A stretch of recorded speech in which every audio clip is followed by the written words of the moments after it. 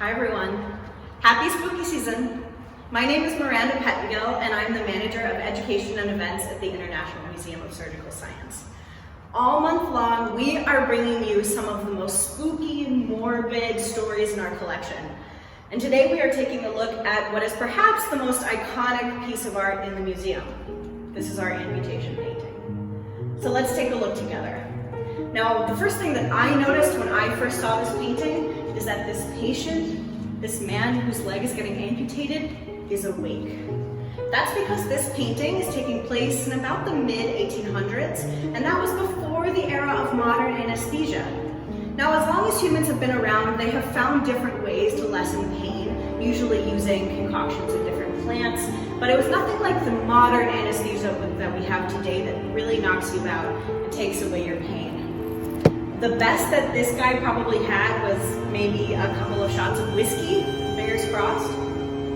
During this time period, only about 25% of people had access to anesthesia, and I'm sorry to say, this patient was not one of them. So imagine the most painful thing that has ever happened to you, and it's happening to you while you are lying on your kitchen table, you're being held down by 5 burly men, and there is a bone saw involved. And that was the reality for a lot of people before the era of modern anesthesia. It was just a fact of life that you had to go through this amount of pain. It's pretty wild.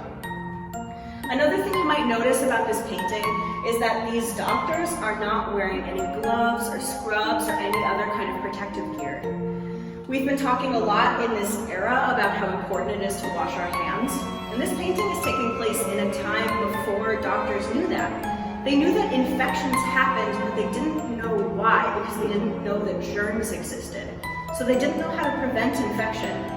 That means that this doctor probably doesn't wash his hands very well. That means that this tool might not be particularly clean.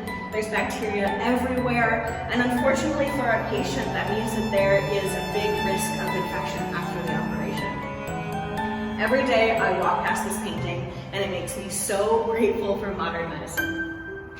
If this painting also makes you grateful for modern medicine, please consider supporting the museum this month.